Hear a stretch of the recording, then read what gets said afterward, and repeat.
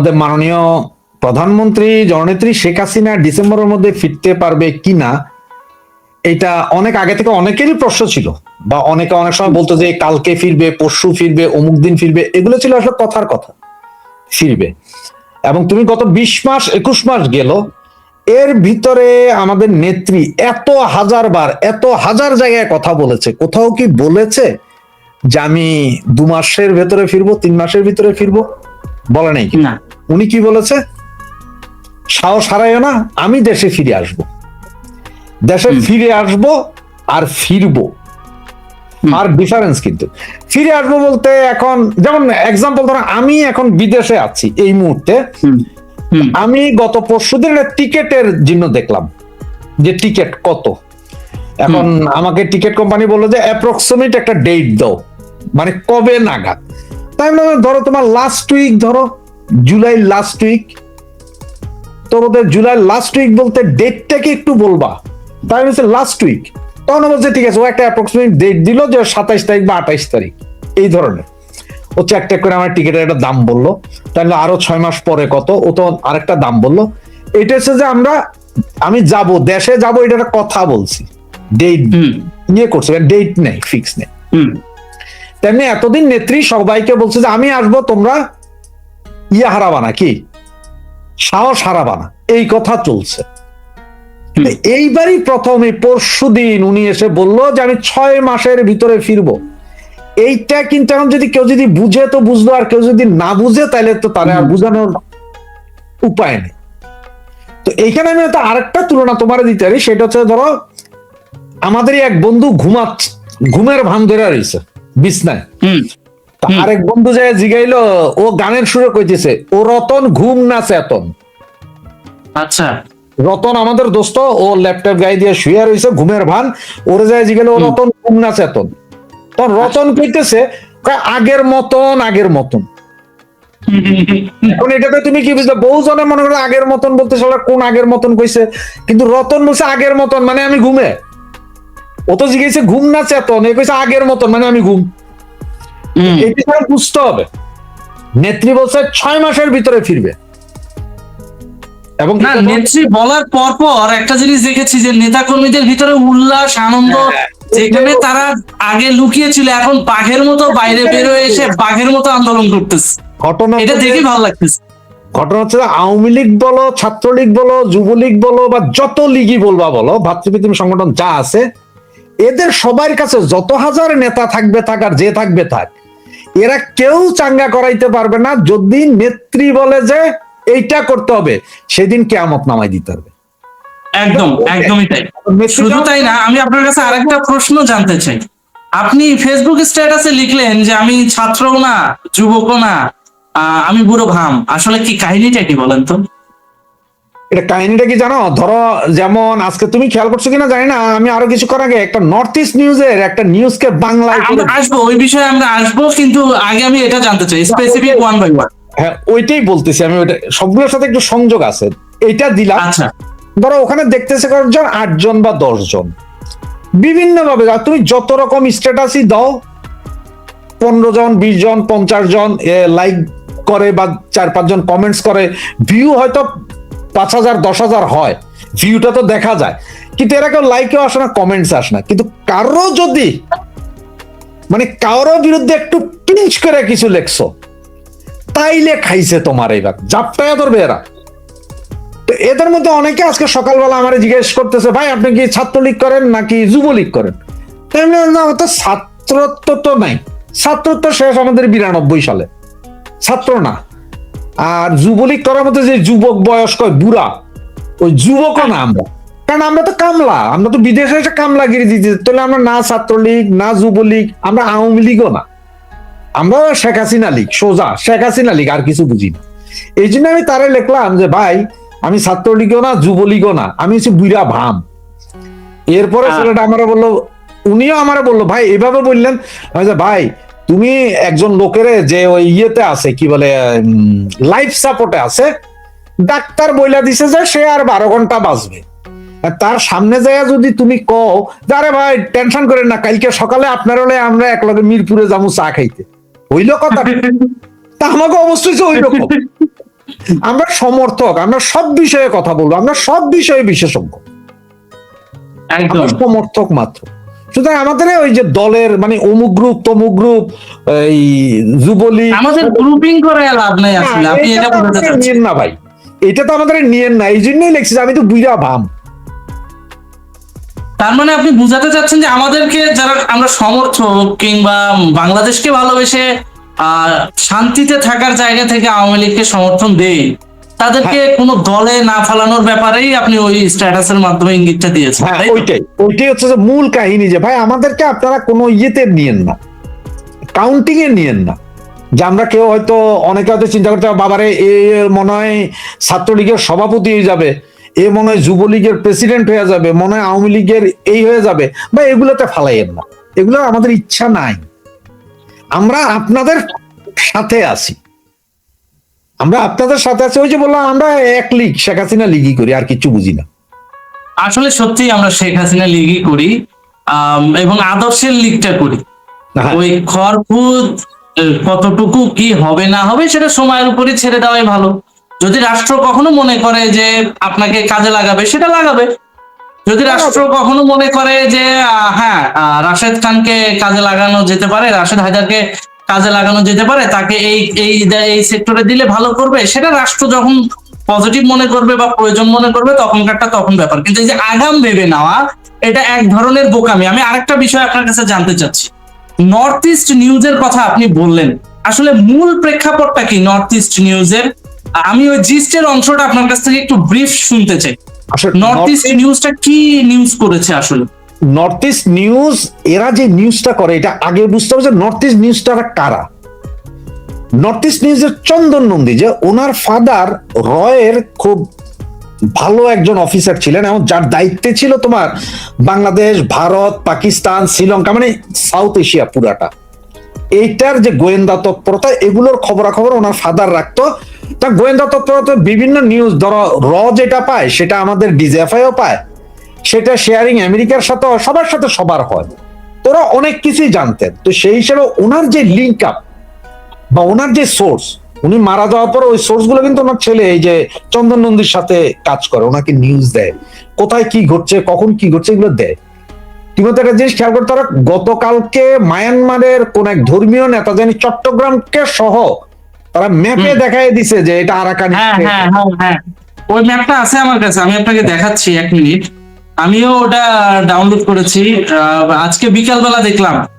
কি কুডুলু না এই টাইপের একটা নাম, ওই যে মায়ানমারের আঞ্চলিক নাম তো, হ্যাঁ, যার কারণে ইয়ে করতে পারছি না। উনি একেবারে সরাসরি চট্টগ্রামের একটা অংশ নিয়ে নিছে, নিয়ে পুরো, হ্যাঁ, উনি সেটাকে মায়ানমারের অংশ দাবি করছে। এই যে এইটা, হ্যাঁ, এইটা, হ্যাঁ।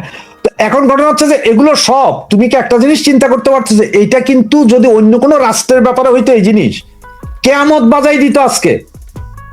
হ্যাঁ, আজকে কেয়ামত, কিন্তু আমাদের দেশে কিন্তু চুপ, সবাই চুপ। আর পাকিস্তান, তুমি যত যাই কিছু বলো, পাকিস্তান কি তোমার আমার ভালো চায়? না, পাকিস্তান কি তোমার তারা আমার আমাদের ভালো চায়? ভালো চায় না। পাকিস্তানেরও ইচ্ছা যে এই দেশ যেহেতু পাকিস্তান থেকে স্বাধীন হয়েছে, পাকিস্তান ভেঙে বাংলাদেশ হয়েছে, বাংলাদেশ যদি 10 টুকরো হয় তাতে ভাই কারো কিছু, ওদের তো কিছু যাবে আসবে না।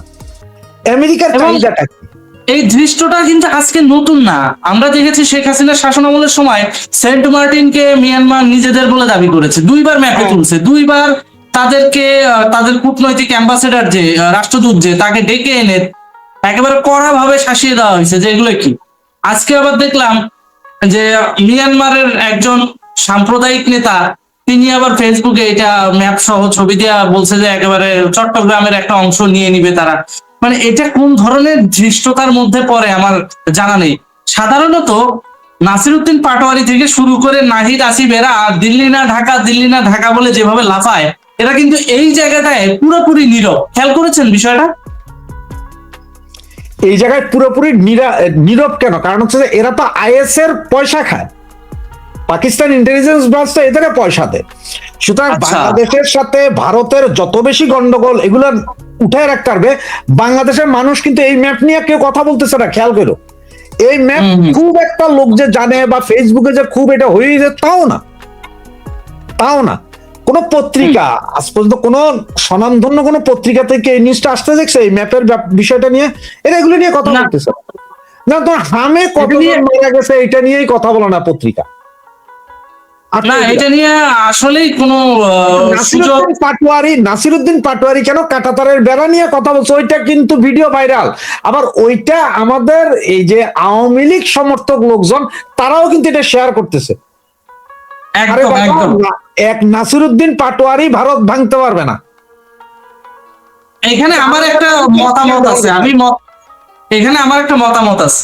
নাসিরুদ্দিন পাটোয়ারি সীমান্তে কাঁটাতারের বেড়া নিয়ে কথা বলতেছে। কি কথা বলতেছে? যে সে সীমান্তে খাল খনন করবে যেন মাদক না আসে। ঠিক একই চাওয়া কিন্তু পশ্চিমবঙ্গের বর্তমান মুখ্যমন্ত্রী শুভেন্দু অধিকারীরও। সে কিন্তু আসার সাথে সাথে ওই যে স্কুল কলেজের সামনে যে ধরনের মাদকের স্টল গুলো ছিল সেগুলো বন্ধ করে দিছে। একই কাজ করছে তামিলনাড়ুতে বিজয় থালাপতির সরকার। হ্যাঁ, তো ভারতের গভর্নমেন্টও চায় মাদক চোরাচালান বন্ধ হোক।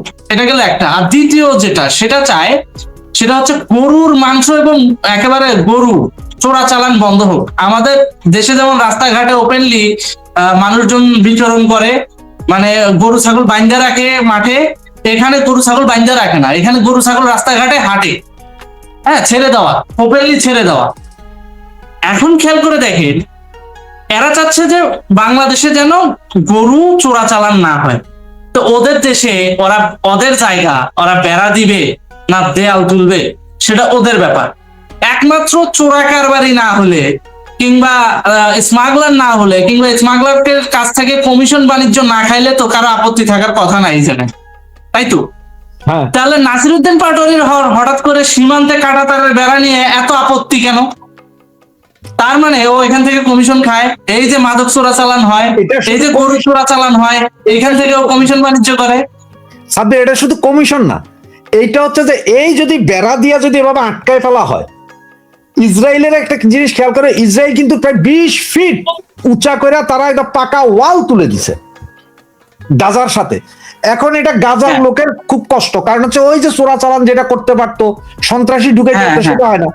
এখন নাসিরুদ্দিন পাটোয়ারি তারা যদি এইটা করে, স্ট্রং হয়ে যায় বর্ডার এলাকায়, তাহলে তো পাকিস্তানি আইএস এর সাথে তাদের যে চুক্তি, ইন্ডিয়ার ভিতরে ঢুকা বিভিন্ন কাম আকাম করা, এগুলো করতে পারবে না। এরা সবাই জানে যে চোরাচালানে পয়সা আসে, কি আসে। আর ইন্ডিয়া দেখো, ইন্ডিয়া কিন্তু শেয়ার নামাল, ইন্ডিয়ার শেয়ার ওরা স্বার্থ ছাড়া এক পা হাঁটে না। ধরো তোমার 50,000 টাকায় একটা গরু আসতো আর কি, চোরাচালান, চোরাই গরু আসে বাংলাদেশে, ভারত থেকে চোরাই গরু আসে। এতে কথা যে ভাই আমরা গরু চোরাই গরু দিমু না। ওরা কিন্তু গরু কি জবাই করে না, ভারতীয় গরুর মাংস সারা ইউরোপ আমেরিকাতে পাওয়া যায়, ওখান থেকে প্যাক করে আসে এগুলো। আপনাকে আমি একটা ইনফরমেশন দিই। নতুন গভর্নমেন্ট আসার পর পশ্চিমবঙ্গে নিয়ম করে দিল কি, যে গরুর মাংস আপনি বিক্রি করতে পারবেন, কিন্তু আপনাকে গ্লাস লাগাতে হবে। মানে ওই সামনে গ্লাস লাগিয়ে তারপর আপনি বিক্রি করবেন। সেটা হলো হিন্দু অধ্যুষিত এলাকায়। মুসলিম অধ্যুষিত এলাকায় এই বিধি নিষিদ্ধ নাই, আপনি আপনার মতো যা খুশি তা করেন, ঠিক আছে?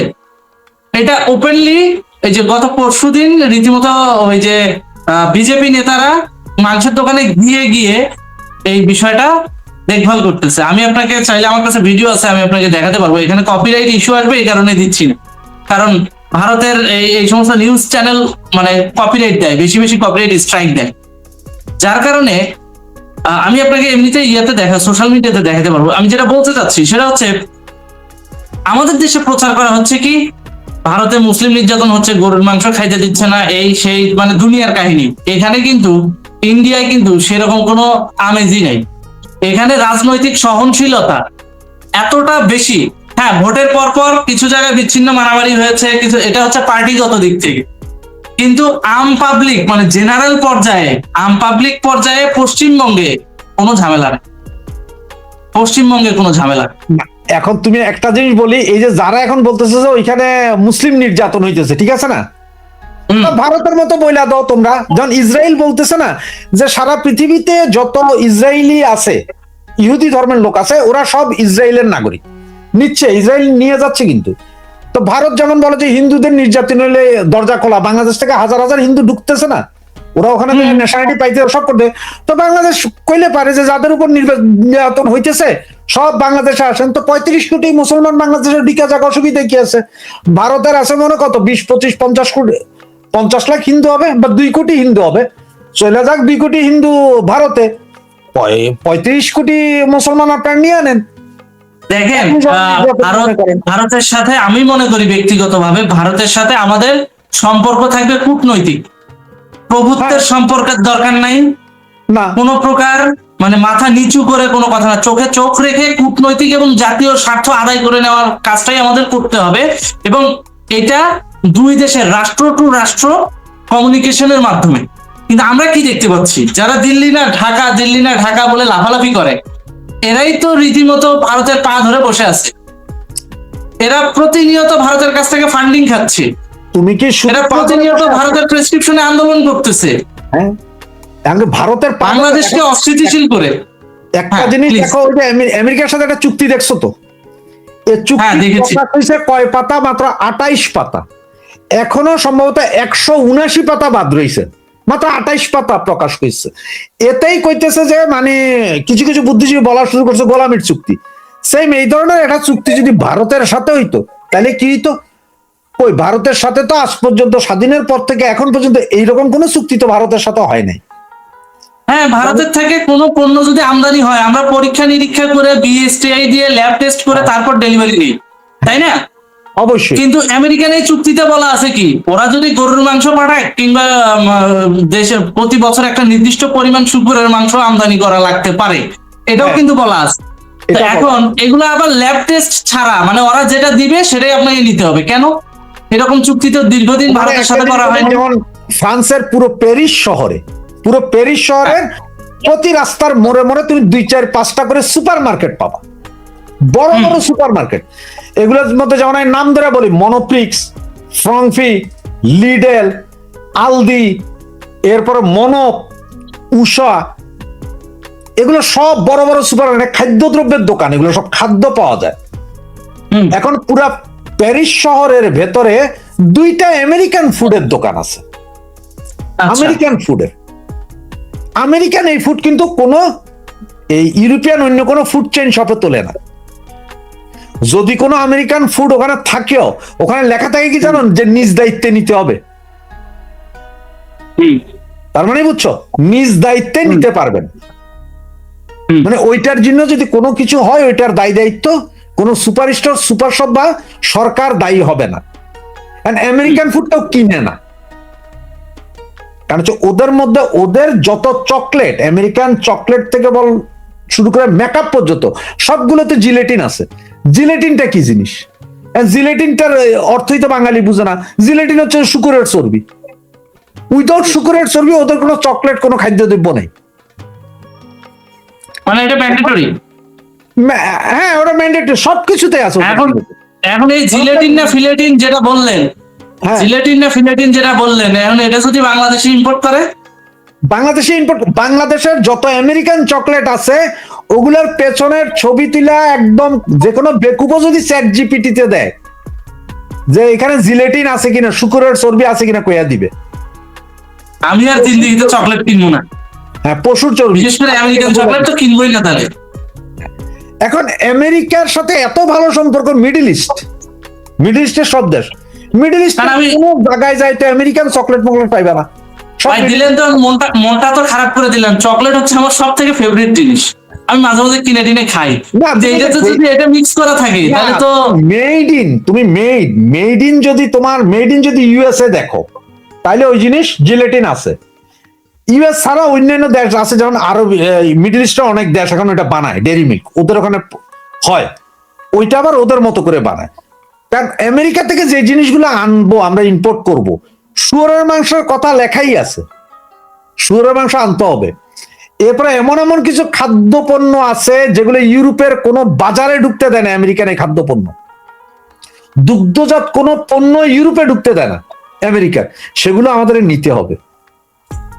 চকলেট খাওয়ার ভিতর তো বিধিনিষেধ আরোপ হয়ে গেল। এখন তো চকলেট খাইতে গেলে আমার 7বার ভাবতে হবে। আমি ক্যাডবেরি একটু পছন্দ করি। কিটক্যাট কোন দেশি ভাই? এগুলো ম্যাক্সিমাম প্রোডাক্ট গুলো সব আমেরিকার প্রোডাক্ট, কিন্তু বাই প্রোডাক্ট হিসেবে অন্যান্য দেশ নিয়ে আসে আর কি। যেমন ইউরোপের ভিতরেও তৈরি হয়, ফ্যাক্টরি আছে, কোকা কোলা তো বাংলাদেশও তৈরি হয় না, ওই রকম আছে আর কি। কিন্তু আমাদের দেশে যেগুলো তৈরি হয় এগুলো তো সব ওই জিঞ্জিরাতে তৈরি হয়, খাওয়ার অযোগ্য। না, আমাদের দেশে যেগুলো তৈরি হয় দেশীয় মেড ইন বাংলাদেশ, এটা তো অবশ্যই মানে মান অন্তত পক্ষে বাংলাদেশিদের খাওয়ার মতো হয় আর হ্যাঁ, মিনিমাম। এই যে এখন ভাই আরেকটা বিষয় আমি আপনার কাছে জানতে চাচ্ছি, আপনাদের করে ফেলছি সরি, আপনার কাছে জানতে চাচ্ছি এই কারণে, সেটা হচ্ছে আপনি সাম্প্রতিক একটা ইঙ্গিত দিয়েছেন যে আন্দোলিব রহমান পার্থকে নিয়ে কোনো কথা বলা যাবে না। আসলে কেন? তাকে নিয়ে কথা বললে কি হবে আসলে? আসলে এত বিধিনিষেধ কেন? অমুকে ভালো না, তমুকে ভালো না, অমুকের সাথে কথা বলা যাবে না, তমুকের সাথে কথা বলা যাবে না, আসলে কাহিনীটাই। এখন এইখানে কাহিনীটা হচ্ছে কি জানো, যে ওই যে বলে না যে ধরো অমুকের বউয়ের ব্যাপারে কিছু বললেন না, ওইটা আচ্ছা। ভাবি, আমাদের অমুক পরিবারের ভাবি। তো সেই হিসেবে একজন বলে যে ভাই আন্দোলিব রহমান পার্থর ব্যাপারেও কথা বললেন না, কারণ আন্দোলিব রহমান পার্থ তো অমুক পরিবারের মেয়ে বিয়ে করছে। মানে আপনার কি মনে হয় যে এদের বিরুদ্ধে কথা বলা কি খুবই দরকার এখন এই মুহূর্তে? দরকার অদরকারের কথা না, মানে তুমি যদি আন্দোলিব রহমান মানে পার্থর বিরুদ্ধে আমি কেন বলছি কথাটা, আজকে লিয়াকত শিকদার, কালকে আপনি বলবেন হচ্ছে আন্দোলিব রহমান পার্থ, পরশুদিন অমুক ভাবি তমুক ভাবি, এর সাথে কথা বলা যাবে না, এই খারাপ, ওর গন্ধ বেরিয়েছে, এই যে বিষয়গুলা, এটা কি সামহাও আপনার মনে হয় না যে আওয়ামী লীগের ভিতরে দ্বন্দ্ব বা বিভক্তি সৃষ্টি করছে? এটা এখন বলার সময় না, এটা যখন আওয়ামী লীগ সুসময় আসবে তখন বলার সময়, এই দুঃসময় বলা উচিত না? এটা আসলে এমন একটা অবস্থা, যেমন লিয়াকত শিকদার সে আমাদের পরিবারের সন্তান, ছাত্রলীগ করছে আজীবন, জামাত বিএনপি করে নাই কখন, আমাদের আওয়ামী পরিবারের সন্তান। বা আমরা আওয়ামী লীগ নেতা যারা আছে তাদের অনেকের বিরুদ্ধে হয়তো ক্ষোভ তো আছে, ক্ষোভ যে একদম নাই সেই ক্ষোভগুলো কি এখন এই দুঃসময়ে? আমি কিছুদিন আগে দেখলাম যে আপনি সিদ্দিক নাজমুল আলম ভাইকে নিয়ে পর্যন্ত কথা বলেছেন। এখানে আমার একটা প্রশ্ন আছে, প্রশ্নটা হচ্ছে জামাতের কেউ বিলিনিয়ার হইলে আপনারা কেউ বলেন না যে অমুক এত টাকার মালিক কিভাবে হলো? কারণ জামাতে কিন্তু এরকম অনেক বিলিয়নিয়ার আছে, বিলিয়নিয়ার শিল্পপতি আছে। আওয়ামী লীগ, ছাত্রলীগ, যুবলীগের একটা ছেলে মোটামুটি ভালো একটা পজিশনে গেলে আমাদের অনেকের কুরকুরানি উঠে যায়, মানে আমাদের দল থেকেই প্রশ্ন আসে, ও এত মানে বড় লোক হলো কেমনে? কথাটা কেন বলছি, এই প্রশ্নগুলো আমার নাই, প্রশ্নগুলো জনগণের। আমি আপনার কাছ থেকে মানে উত্তরটা জানতে চাই। এইখানে একটা জিনিস আমি তোমার বলি, যেমন ধরো তুমি যেটা বললা আমার যে ইয়ের কথা, সিদ্দিক নাজমুল, ব্যক্তিগত আমার তাদের সাথে কারোর সাথে কোনো শত্রুতামি নেই, আচ্ছা কোনো শত্রুতামি নেই, রাজনৈতিক প্রতিদ্বন্দ্বীও না। আচ্ছা, এরা যখন রাজনীতিতে আসছে তখন আমি অলরেডি দেশ ছাড়া। আচ্ছা, তাহলে কেন হঠাৎ করে এদের বিরুদ্ধে মানে দলের ভিতরে এখানে যেটা প্রথম থেকে কন্টিনিউ, তুমি যদি আমার কন্টেন্ট গুলা শুনে থাকো বা বিভিন্ন জায়গায় কথাবার্তা বলে, আমি সবসময় বলতাম যে ঐক্যের কথা, ঐক্যটা ধরে রাখেন, এখন ঐক্যের দরকার। ওই ঐক্যটা কি এই নাজমুলদের বিরুদ্ধে বিষোদ্গার করে কিংবা লিয়াকত শিকদারের বিরুদ্ধে সমালোচনা করে এরকম? এইখানে ঐক্যটার কি হইলো পরে ধরো, যে কারণে আমি এখন তোমার যেহেতু জিজ্ঞাসা করলাম, আমি তখন বলি যে নাজমুল একটা জরিপ চালাইতেছিল, প্রতিদিন 7 জন বা 8 জন বিভিন্ন নেতাদের নাম আনতেছে জরিপ। তো এখানে দেখা যাচ্ছে ধরো তুমি আমারে পছন্দ করো, আমার নামে তুমি বলে যে উনি খুব ভালো লোক, বড় সৎ লোক, তুমি আমার কিছুই জানো না, কিন্তু আমার পছন্দ করো আমি খুব সৎ লোক। আরেকজন আমার পছন্দ করে না, হেজা গেলে যে এর তো সোর, এর 14 গোষ্ঠীর সব সোর। তো এরকম যখন তুমি 7 জনের নাম দিলা, তার মানে কি 7 জনের 7 জন পছন্দ করা, 7 জন গুলো ভালো মানুষ, আর 70 জন লেখছে সালারা তো গোষ্ঠী দিয়াছো। হয়তো দেখা গেছে যে এমনও একজনের নাম আনছো তুমি, আমি এটা জাস্ট এক্সাম্পল দিই, যে তার বাবা মা ভাই বোন গত 20 বছর 30 বছর আগেই মারা গেছে। আচ্ছা, ওই বেটা কিন্তু কইলো যে এর বাপ মাও চোর ছিল, হয়তো এর বাপ মা ভাই বোন কেউ বাংলাদেশের নাগরিকও ছিল না, এরা সব আমেরিকান নাগরিক, এরা বাংলাদেশ কি এটাও ছিল না, এরপরও কি কইলো চোর। তো এই জিনিসটা কিন্তু যে জরিপে না এসে এগুলো না বইলে আমরা একটু মনে চুপ থাকা ভালো, যেহেতু সবাই কইতেছেন যে এখন বললেন না। এখন ঘটনা হচ্ছে কি, এর আগে যদি কারো বিরুদ্ধে বলা হয় তখন বলে যে ভাই এগুলো বললে তো বিরোধীরা ইয়ে পায় কি নিয়ন্ত্রণ, মানে রসদ পায় আর কি। রসদ পায়, আপনি এগুলো বললেন না দলের ক্ষতি। এখন বললে এখনো কয় যে দলের ক্ষতি, ভাই তাহলে বলবেনটা কখন? প্রথম প্রশ্ন বলবেনটা কখন? এবার আমি আপনার সাথে আপনার কাছ থেকে আরেকটা প্রশ্ন আমি জানতে চাই। হ্যাঁ, আমি হ্যাঁ শেষ প্লিজ করে আপনি দিই। শেষ করুন। এরপরে ধরো সিদ্দিক নাজমুল তাদের বলার পরে যখন বুঝো তখন যায় তো আমি তারা বললাম, এরপরে সে চুপ। তার মানে হচ্ছে যতক্ষণ তুমি ধাক্কা না দিতেছ চুপ হইতেছে না। আমার কথা হচ্ছে যে চুপ থাকেন না একটু। নেতা কে হবে, কাকে নেতা বানাবে, এটা তো এখন আমাদের সুপ্রিম লিডার বাইচে আছে, তো সুপ্রিম লিডার বাইচে আছে না। তুমি ইরানে যাইয়া খোমেনির কথার বাইরে কি কিছু করতে পারবে? না। এই যে খোমেনির ছেলে এখন দ্বিতীয় খোমেনি, হে নাকি মারা গেছে না জীবিত আছে কেউ জানে না, স্বীকার করে নাই ইরান কি হয়েছে, কিন্তু এখনো তো সব কথা বলতেছে সেই তার কথাতেই তো চলতেছে। আমাদেরও তো আছে নেত্রী, আছে নেত্রীর কথার বাইরে কেউ বলতেছে? বা বিএনপির যে খালেদা জিয়া ছিল না, কথার বাইরে কেউ কিছু বলছে? নেতাকে নির্বাচন করছে খালেদা জিয়া, উনি তো বলছে। কিন্তু আচ্ছা, আমাদের মধ্যে এখানে আরেকটা বিষয় আছে। আমি আপনাকে এটা তো গেল আমার প্রশ্নের আংশিক উত্তর। আমি আরেকটা প্রশ্ন আপনাকে করেছিলাম, সেটা হচ্ছে জামাতের কিংবা শিবিরের কিংবা বিএনপির কেউ কোটিপতি হইলে বা বড় লোক হইলে তার ব্যাপারে তাদের দলের লোকের কোনো অবজেকশন থাকে না, কিন্তু আওয়ামী লীগ, ছাত্রলীগ, যুবলীগের কেউ একটু আর্থিকভাবে সচ্ছল হইলে সে এত টাকা কিভাবে কামাই করলো, কেমনে আসলো, মানে এমন ভাবে ন্যারেটিভ দাঁড় করানো হয়, ও যদি নিজে পরিশ্রম করেও লাইফে ওঠে তাকেও বানিয়ে দেওয়া হয় দুর্নীতিগ্রস্ত। এই বিষয়টাকে আপনি কিভাবে পোর্ট্রেট করছেন, বা এই যে নাজমুলের বিষয়টার সঙ্গে কি এই বিষয়টা সাংঘর্ষিক কিনা? তুমি যেটা বলছো সেটা আমার চোখে এখনো পড়ে নাই। বিএনপি বা জামাতেরটা পড়বে না। অসংখ্য জামাতের তো বিজনেসের প্রতিষ্ঠানের অভাব জামাতেরটা পড়বে না, জামাতেরটা পড়বে না, ওইটা অন্য জিনিস। জামাতেরটা জীবনে তুমি দেখবা না, হেদেরটা অন্য তাহলে জিনিস। আপত্তি শুধু ছাত্রলীগের বেলায়? না না, আপত্তির কথা না বলছি, জামাতের দুর্নীতির কোন চিত্র তুমি পৃথিবীর কোথাও পাইবা না, কোথাও পাইবা আচ্ছা না। ওরা এমন ভাবে এটা করবে যে ইহা সরাসরি তারে দোষ দিতে পারবা না। এখন আমি প্রায় দীর্ঘ 12 বছর যাবৎ 2-3টা অনলাইন পোর্টালের সাথে আমি জড়িত। আচ্ছা, মানে এইসব জায়গায় আমি ইউরোপের অনেক নিউজ দিছি বা ওখানকার নিউজ, তো সেই হিসাবে আমার এখনকার আগের একটা ফেসবুক আইডি ছিল যেটাতে আমার এই বিএমপির বহু পোলাপাইনের সাথে আমার অ্যাড ছিল, ফ্রেন্ড ছিল, ওদের ওখানে লেখা বা বিএনপির কিছু পেজ ছিল, ওখানে যে লিখতো না ওখানেও দেখতাম ওরা ঝাড়ছে, ওদের অনেক নেতারাই ঝাড়ছে, অনেক নেতার বিরুদ্ধে অনেক কটু কথা বলছে। বা ধরো এখন আমরা যেটা এই যে এখন যে তোমার বিমান প্রতিমন্ত্রী না কি বানাইলো বিমানের, এ কিন্তু 2007-8 সালে মামলা খাইছে, জেল খাটছে 4 বছর, জেল খাটছে 5,000 কোটি টাকা সম্ভবত। আচ্ছা, 2018 সালে তাকে নির্বাচনে অযোগ্য ঘোষণা করা হয়েছে, দুর্নীতির এসব হিসাব দেয় নাই বিদায়। এখন তাকে আবার সম্ভবত প্রতিমন্ত্রী কিছু বানাইছে বিমানের। আচ্ছা, এবার কত হাজার কোটি টাকা খাবে, তো এগুলো তো আমরা লেখি, এগুলা নিয়ে কি হয় আমাদের মাথা ব্যথা নাই। মজার বিষয়, তুমি একদম এত পিছনের আলাপই বাদ দেই না, এখন পর্যন্ত তুমি যাদের কথা বললা, যাদের কথা বলছো, এদের ব্যাপারেই বলি যে এরা কেউ হামে মানুষ মারা যাইতেছে এইটা নিয়ে এসে 10টা পোস্ট দিতেছে না প্রতিদিন।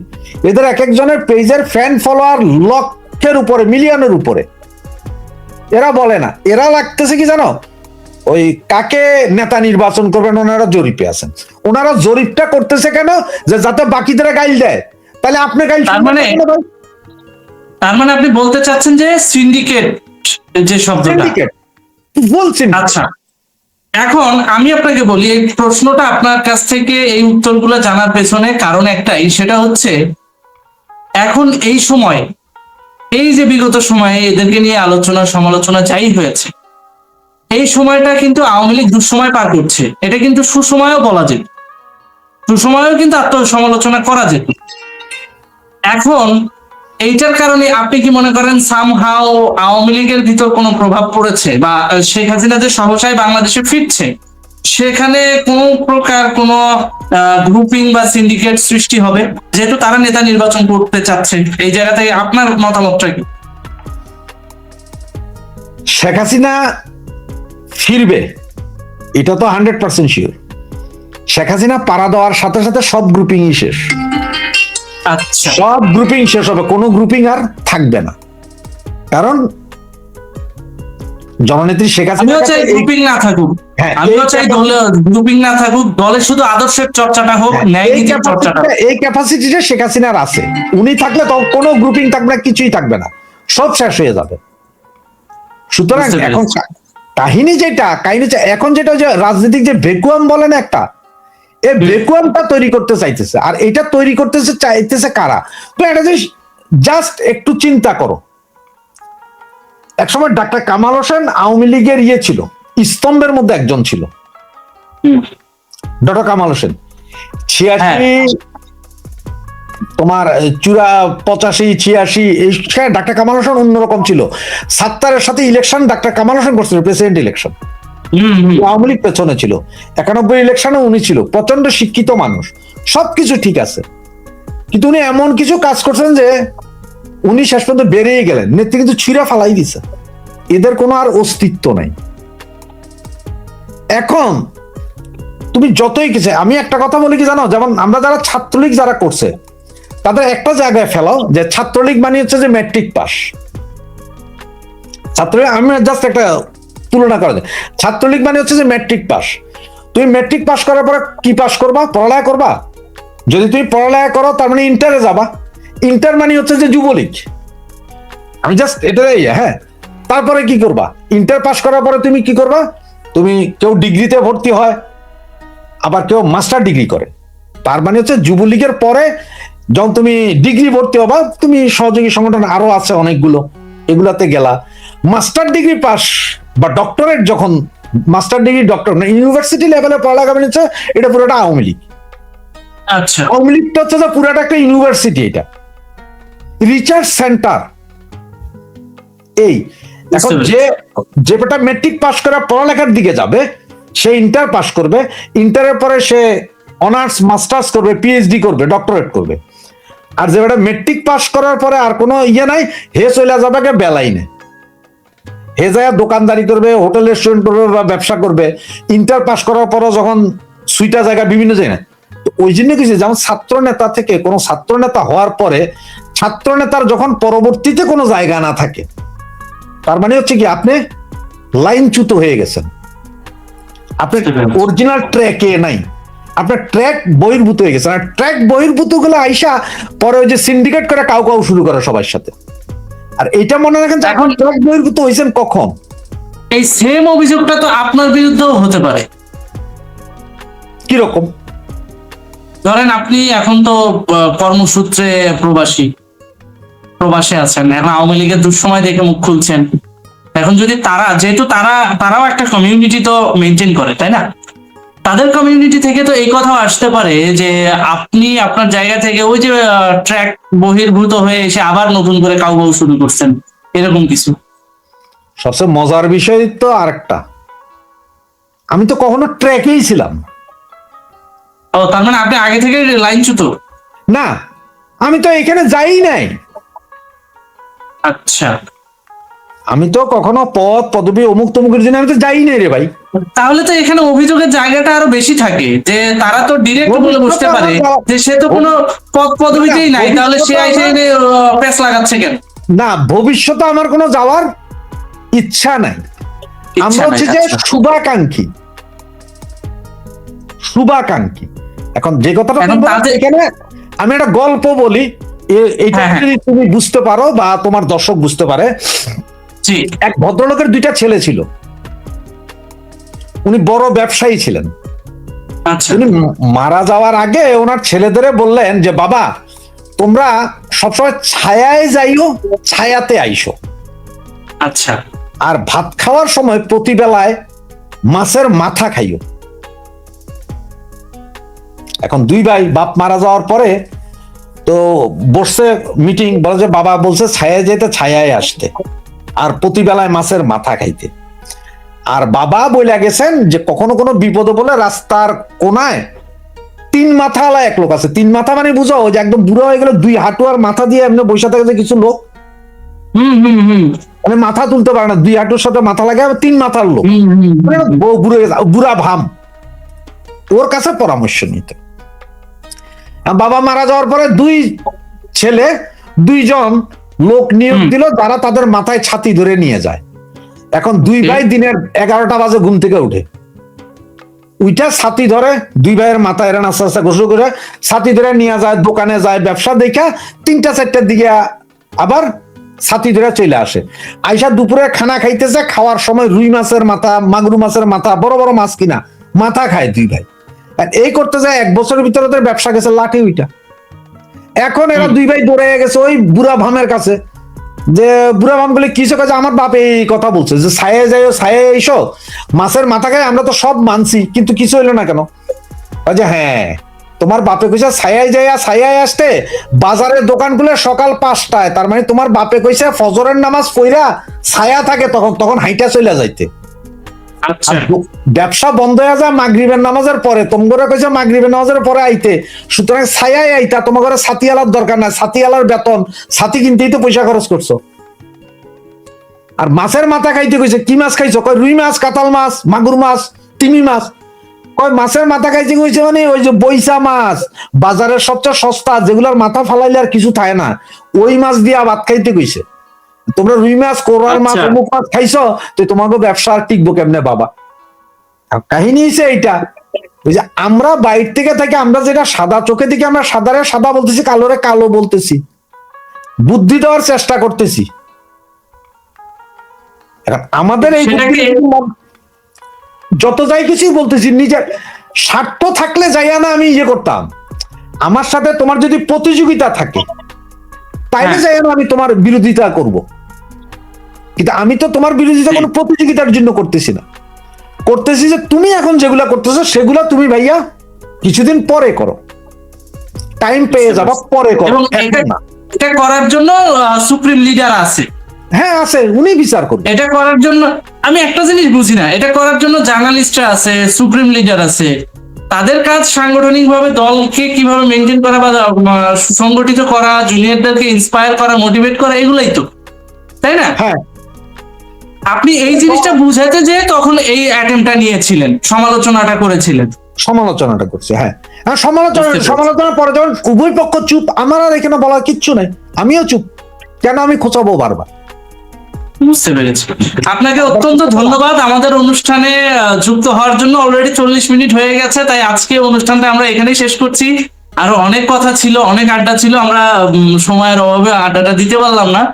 ভবিষ্যতে আবার নতুন কোনো টপিক নিয়ে আবার আলোচনা হবে, আবার আড্ডা হবে। তবে সহসাই শেখ হাসিনা কি ফিরছে, এটা আরেকটু যদি যাওয়ার আগে 2 মিনিট আছে সময়, একটু যদি জনগণকে বলে দিতে পারেন যে শেখ হাসিনা কিভাবে ফিরবে। প্রথমে বলছি যে 6 মাসের ভেতরে উনি এবার কংক্রিট সিদ্ধান্ত যে 6 মাসের ভিতরে ফিরবে, তার মানে ওনার কথা যেটা বলছে 6 মাসের ভিতরে ফিরবে, এটা 100% গ্যারান্টি, এখানে আর কোনো দ্বিমত নাই। এবং এইটা নিয়ে আর কোনো আলোচনা কিভাবে ফিরবে, হেলিকপ্টারে না বিমানে, সেটাও বলতে চাই না। উনি বলছেন ফিরবেন। গত 20 মাস উনি কখনো টাইম শিডিউল দেয় নাই, উনি বলছে ফিরবো ফিরছি, এইবার বলছে 6 মাসের ভিতরে ফিরবে। তার মানে কি উনি ইঙ্গিত না, একদম সরাসরি বলছে আমি ফিরবো, এখন জায়গা তৈরি করার দায়িত্ব আমাদের।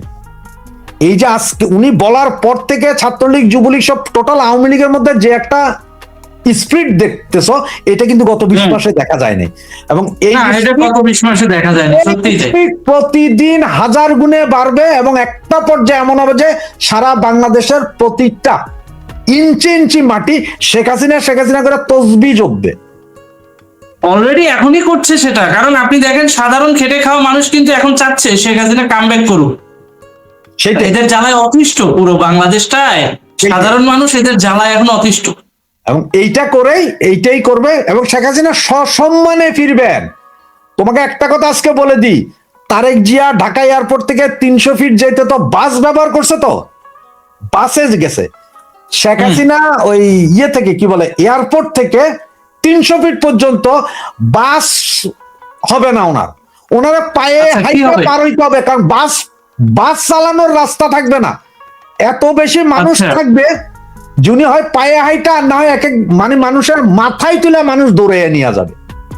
তাই তার মানে আপনি বুঝাতে চাচ্ছেন যে নরমালি তারেক রহমান যে বাস ব্যবহার করছে বিআরটিসি বাস আর পিছে পিছে নেতারা দৌড়াইছে, এখানে জননেত্রীকে ঠিক ওই যে এর আগে তিনি যে স্বদেশ প্রত্যাবর্তন করেছিলেন তাকে ঠিক যেভাবে রিসিপশন দেওয়া হয়েছে ঠিক সেভাবে রিসিপশন দেওয়া হবে, তাই তো?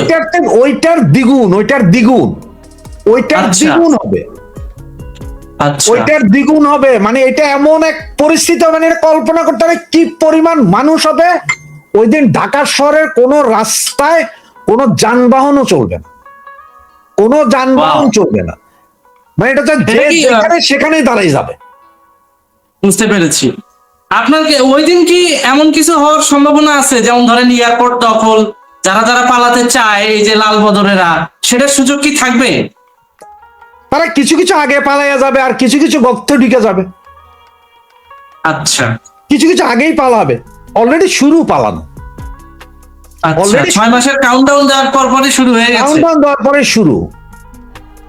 ওকে, ওটা স্মরণকালের একটা সর্ববৃহৎ অবস্থা হবে। তুমি যদি কোথাও গ্রামে যদি যেয়ে থাকো, আমার চট্টগ্রামে একটা মসজিদ আছে, ওখানে জুমার নামাজের যখন যে আকামত দেওয়া হয়, যতটা কথা ইমাম সাহেব বলার পরে মুয়াজ্জিম বলার পরে এটা লাইন 5-6 লাইন পরে এক একজন বলতে থাকে, কারণ ওখানে মাইক ব্যবহার হয় না।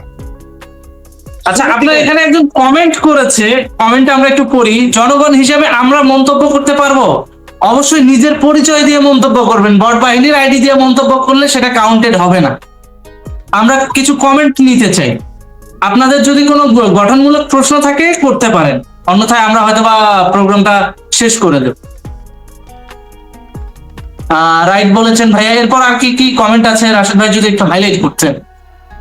আচ্ছা, সবাইকে অসংখ্য ধন্যবাদ। ইনি কি লিখেছেন? শহীদুল ইসলাম, আল্লাহ হাফেজ, জয় বাংলা, জয় বঙ্গবন্ধু, শেখ হাসিনার বাংলাদেশ চিরজীবী হোক। Wow, nice comment. আর কি কমেন্ট এসেছে আমরা একটু দেখতে চাই।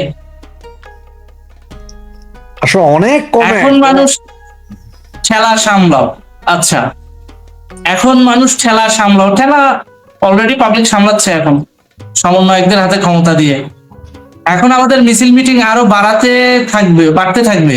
দেখি ওই আগের ইয়েটা আপনাদের মুখে ফুল চন্দন পড়ুক, এর তো তেলবাজি। আচ্ছা, এনিওয়ে, নেত্রী যে দিন শেষে আসবে, কোটি মানুষ ঢাকা দখল নিবে, জয় বাংলা, জয় বঙ্গবন্ধু। হ্যাঁ, কোটি মানুষের ঢাকা দখল করেই নেত্রী ফিরবে। আর কি আছে? আমি সিঙ্গাপুর থেকে, কেমন আছেন? জি, আপনাদের দোয়ায় ভালো আছি। আপনারা যে যেখান থেকে এই অনুষ্ঠানটি দেখছেন এবং ভবিষ্যতে যে যেখান থেকে দেখবেন, সবার প্রতি একটা অনুরোধ থাকবে, আমাদের প্রোগ্রামগুলো কিন্তু আপনাদেরকে তথ্য দেওয়ার উদ্দেশ্যেই করা, এবং আমাদের বাংলাদেশের বাস্তবিক রাজনৈতিক সিচুয়েশনটাকে কোন দিক দিয়ে নিয়ে যাচ্ছে বর্তমান শাসক গোষ্ঠী, সেই জিনিসটা আপনাদের সামনে তুলে ধরার একটা প্রয়াস থাকে। তাই আমাদের ভিডিওগুলো দেখলে আপনাদেরকে অনুরোধ করবো, আপনারা লাইক, কমেন্ট, শেয়ার করে সহযোগিতা করবেন। কেন? কারণ আপনারা হয়তোবা একটা লাইক করছেন, একটা কমেন্ট করছেন, আপনাদের ওই মূল্যবান কমেন্ট দেখে আরেকজন মানুষ কিন্তু অনুপ্রাণিত হবে, এবং আপনার দেওয়া ওই লাইকের মাধ্যমে এই ভিডিওটা আরো 10 জায়গায় ছড়াবে। সুতরাং আমাদেরকে এই জায়গা থেকে আপনাদের পূর্ণাঙ্গ সহযোগিতা করতে হবে, এবং আমরা সেটা আপনাদের কাছে প্রত্যাশা করি। তো ভালো থাকুন, সুস্থ থাকুন। আজকের অনুষ্ঠানটা আমরা এখানেই শেষ করতে যাচ্ছি। আমি রাশেদ ভাইকে অনুরোধ করব যে রাশেদ ভাই, আপনি যদি সর্বশেষ জনগণের উদ্দেশ্যে কিছু বলার থাকে বলতে পারেন, তারপর আমরা অনুষ্ঠানটা কমপ্লিটলি শেষ করব। আচ্ছা সাব্বির, আমি জনগণের উদ্দেশ্যে কিছু বলার নাই, সেখানে নেত্রী যেখানে যা বলছে সেটার উপরে আমাদের সবার এক থাকা উচিত, সেটাই বিশ্বাস করা উচিত যে নেত্রী যেমন বলছে 6 মাসের ভিতরে আসবে, বাকি ফিল্ড আমরা তৈরি করে দিতে হবে, রাস্তাঘাট আমরা তৈরি করে দিতে হবে। নেত্রী আসার সাথে সাথে ওনার নিরাপত্তা সবকিছু আমরাই তৈরি করতে হবে। আমরা ঘরে ঘুমায় থাকার বা ভয়ে থাকার দিন আমাদের শেষ। এখন যা করতে হবে তা কংক্রিট করতে হবে, ফাইটটা এখন আমরাই করে দিতে হবে। ভাই দেশ বিক্রি করে দিছে, এর আর ভয়ে লুকায় থাকার কি আছে? আর কি পাবলিক দেখতেছে না? চট্টগ্রাম পোর্ট দিয়ে দিল, এইদিকে আমেরিকার সাথে মানে দাসত্বের বাণিজ্য চুক্তি করলো, গত পরশুদিন পাকিস্তানের সাথে চুক্তি করলো, কি মাদক নির্মূলের চুক্তি। আপনি বলেন তো, বাংলাদেশের সাথে কি পাকিস্তানের বর্ডার কানেকশন আছে যে আমি ওর সাথে মাদক বিরোধী চুক্তি করতে যাব? সেইটাই আর কি। ওর সাথে মাদক বিরোধী চুক্তি করা মানে ভারতের সাথে ঝগড়া করার বিনিময়ে আইএসআই এখানে যে ফান্ডিংটা দিবে, সেই ফান্ডিং খাওয়ার ধান্দা। আর আমি আমার ভাই বোন যারা এইখানে দেখেন বা আমার ফেসবুকে দেখেন, তাদেরও বলবো যে ভাই আপনাদের কারো মনে করার উপায় নাই যে আমি আওয়ামী লীগ, ছাত্রলীগ, যুবলীগ, শ্রমিক লীগ করি না ভাই, আমি শেখ হাসিনা লীগ করি এবং কোন কমিটির পদ পদবীর আশাও আমি করি না, যাবো না, এতটুকু গ্যারান্টি দিতে পারি। কোনো কমিটিতে কোনো পদ পদবী বা আমি কোনো ইনফ্লুয়েন্সও সৃষ্টি করবো না, কারো কথাও বলবো না, এটা হচ্ছে আমার বেসিক। আমি আগেও এমনি আপনার ছিলাম, জন্য এখনো এমনি। আপনার জন্য শুভ কামনা রইল। আপনি নিরপেক্ষই থাকেন, কিন্তু কথা হচ্ছে ভাই, আমাদের তৃণমূলের নেতা কর্মীদেরকে মিস ইনফরমেশন না, ইনফরমেশনটা যত দ্রুত সম্ভব আপনি দিতে পারবেন ততই ভালো, কারণ অনেকে আপনাকে ভুল বুঝছে। স্ট্র্যাটেজিক্যালি আমি চাই আপনি ভালোভাবে এগিয়ে যান। এখন তোমার, আমি একজন সবার হয় না, সবার কাছে ভালো হয় না। একজন কি সবার কাছে ভালো হয়? যদি একজন সবার কাছে ভালো হইতো, তাহলে এই সর্বশেষ নবী যেখানে বলা হচ্ছে যে হযরত মুহাম্মদ সাল্লাল্লাহু আলাইহি ওয়াসাল্লাম, সেখানে খ্রিস্টান, ওই ইহুদি, ওই অমুক তমুক হইতো কেন? সেরকমই এখন আমার কথা সবাই ভালো লাগবে না, আবার সবার কাছে আমি সুপাত্র হইতে পারবো না। ওই আমি শুধু এতটুকু গ্যারান্টি দিতে পারি যে ভাই আমি কোনো কমিটিতে যাব না, কোনো কমিটির পদের জন্য আমি লালায়িত না বা চেষ্টাও করতেছি না।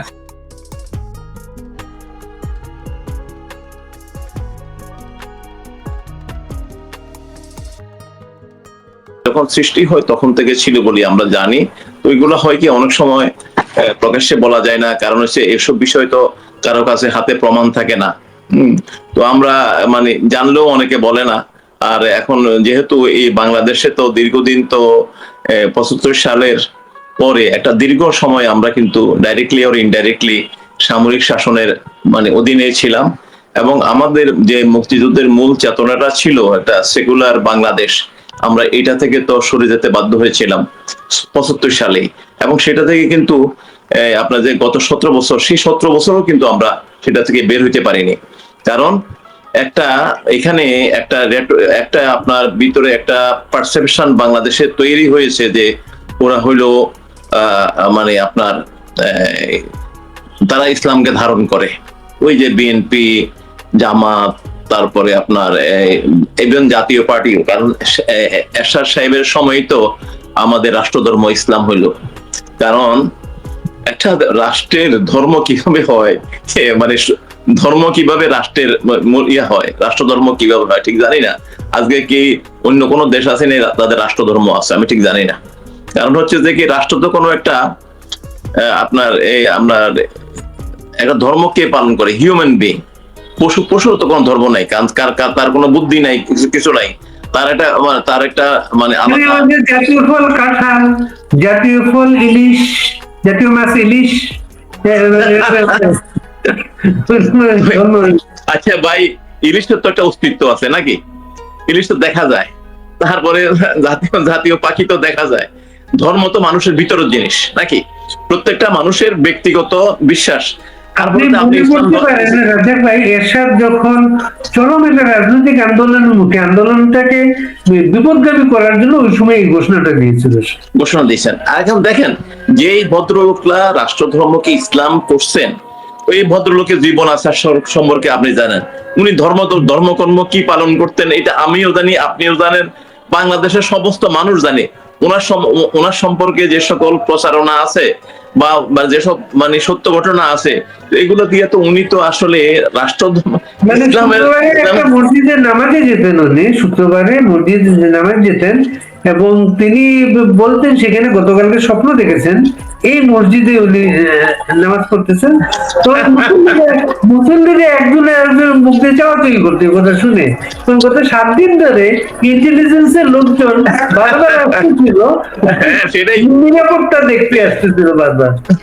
ওই লালবাগের মসজিদে হাফিজি হুজুরের মসজিদে উনি যাই বলেন আমি গতকাল স্বপ্ন দেখছি, আর সেখানে প্রেসিডেন্ট যাবে 7 দিন আগের থেকে আপনার সমস্ত সিকিউরিটি দেওয়া আছে। তো এখন এই ভদ্রলোকেরা, এই মানুষগুলা যখন ইসলামের কথা বলে, অনেকে সেটাকে বিশ্বাস করে, অনেকে সেটাকে ধারণ করে। তারপরে আপনি বলেন ইসলাম আমি রাষ্ট্রধর্ম করলাম, আমি কি শিয়ার ইসলাম না সুন্নির ইসলাম? আমাদের ইসলামের মধ্যে তো মানে একবারে প্রতিষ্ঠিত আপনার 73টা আপনার মতামত আছে। ঠিক একজন জিয়াউর রহমান 75-এর খুনের নেতৃত্বদাতা, তিনি তিনি এই মানুষগুলাকে বিভ্রান্ত করার জন্য সংবিধানে বিসমিল্লাহ করে। আপনার মনে আছে জিয়াউর রহমান কিন্তু বিসমিল্লাহ এরকম বলতে পারতেন না, সবসময় তার বিসমিল্লাহির রহমানির রহিম, বিসমিল্লাহির রহমানির রহিম এটা বলতেন। প্লাস হচ্ছে আমাদের একজন বস ছিলেন মিডিয়াতে, তোয়াব খান। তোয়াব খান একবার পাকিস্তান, তোয়াব খান জিয়াউর রহমানের বলে ইয়ে ছিলেন, তথ্য কর্মকর্তা ছিলেন, জিয়াউর সামরিক প্রশাসক। আমাদের মিটিং একদিন বলেছে, একদিন রোজা মাসে জিয়াউর রহমান তাকে তার বাসায় ডাকলেন, কোনো একটা কাজে, তাকে বেডরুমে নিয়ে গেলেন, তাকে বেডরুমে না রেখে বেডরুমে নিয়ে রেখে বললেন তোয়াব খানকে, ওই ড্রয়িং রুমে মুসলমান গুলো বসা, ওইখানে একজন নাস্তা করতে পারবো না, এখানে নাস্তা করতে করতে, এখানে ব্রেকফাস্ট করতে করতে আমরা কাজ করেছি। এটা মানে উনি ওই জিন্নার মতো আর কি, জিন্না মানুষ মুসলিম ছিলেন না, জিয়াউর মানুষ ধর্মের অভিনয় করতে, তিনি কোনো ধার্মিক ছিলেন না কিন্তু।